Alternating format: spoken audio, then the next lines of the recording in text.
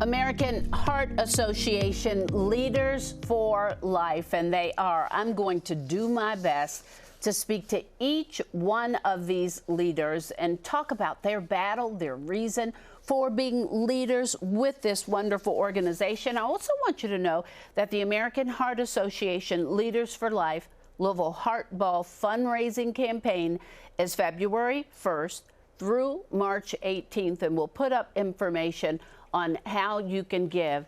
That is what you want to see. Make sure you look at that quickly. I want to welcome all of my guests here, and I want to talk to each and every one of you. We have David Foy, Chelsea Ellis-Hogan, Daniel Mudd, Lucas Jones, and Abby Mulvihill. So we're going to start with you, David. Talk about why this is important to you. I saw your story and I was like, you have got to be kidding me. David, talk about your story and why this is important for you. All right. Well, thanks for having me on, Dawn. So I'll try not to take up too much of the time with my story, but my why with the American Heart Association is because I am a survivor of a cardiac arrest event, as well as my family. So to kind of rewind, I was born with a bicuspid heart valve. And eventually, fast forward to 2 years ago, I was running a Kentucky Derby mini marathon, and right at the finish line, I went into a full cardiac arrest. Oh my goodness.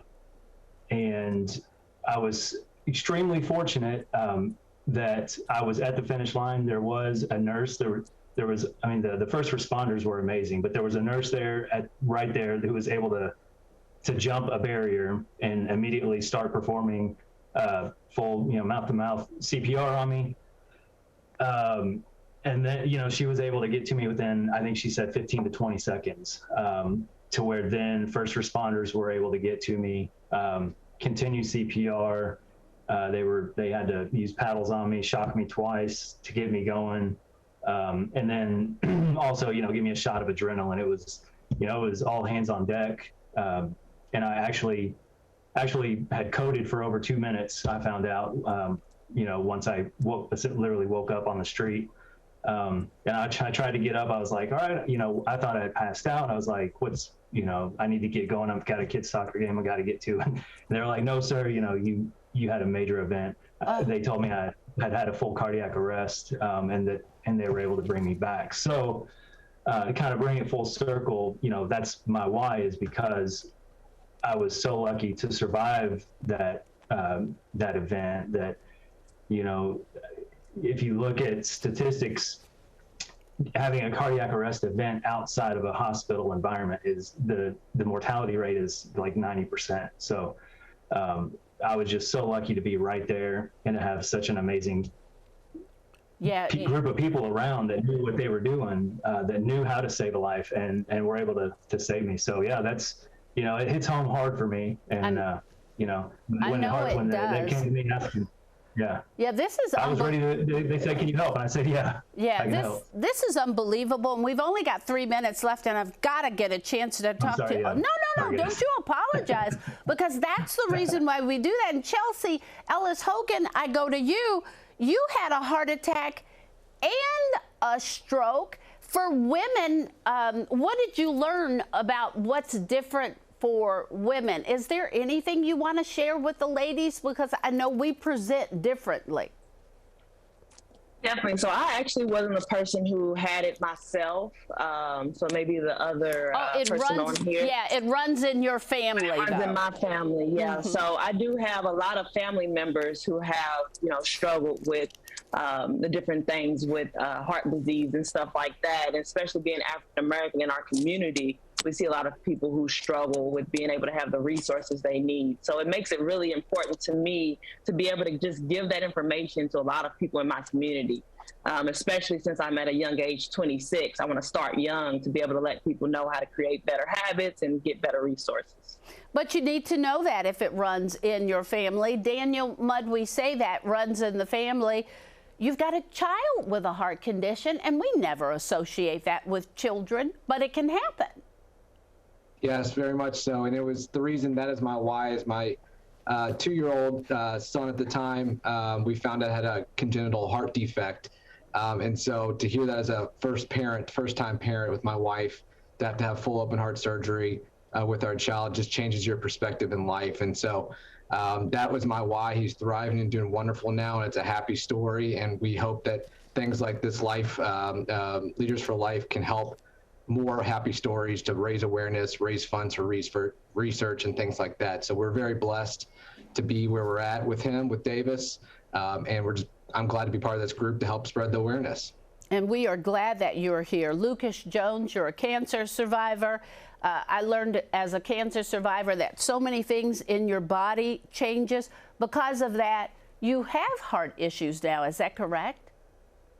Correct, yes. When I was 11 years old, I was diagnosed with Ewing sarcoma, which is a rare bone cancer. And the type of chemotherapy I had, like you said, causes long-term cardiovascular effects. And now that's kind of developed into a mild condition now, thankfully, which is cardiomyopathy, which is just your left ventricle having trouble pumping blood to the rest of your body.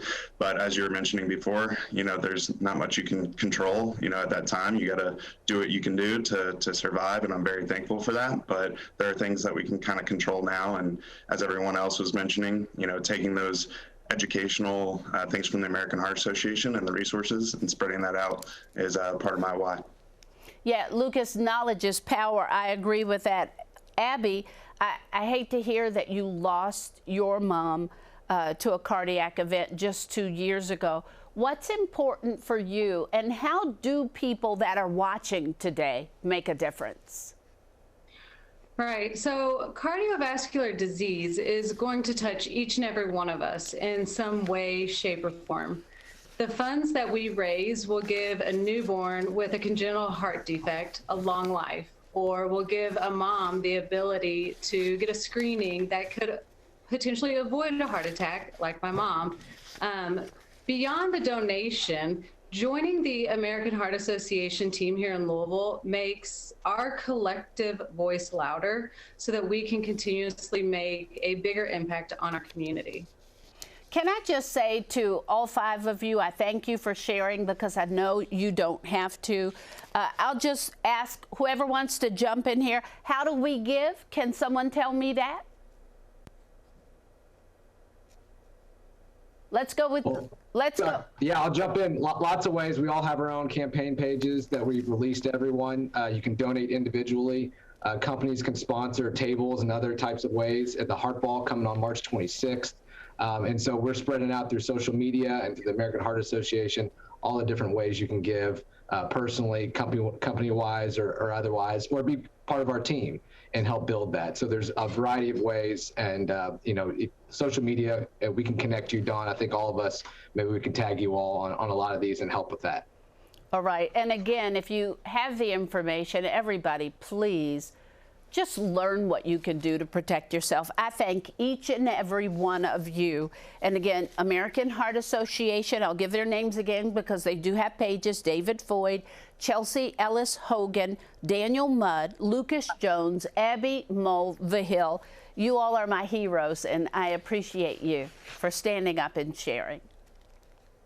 Thank you. Thank you, Dawn. Thank you, Dawn. All right, and again, it is American Heart Association, Leaders for Life, Louisville Heart Ball fundraising campaign, February 1st through March 18th, www.2.heart.org/Louisville Leaders. What we do today will make a difference.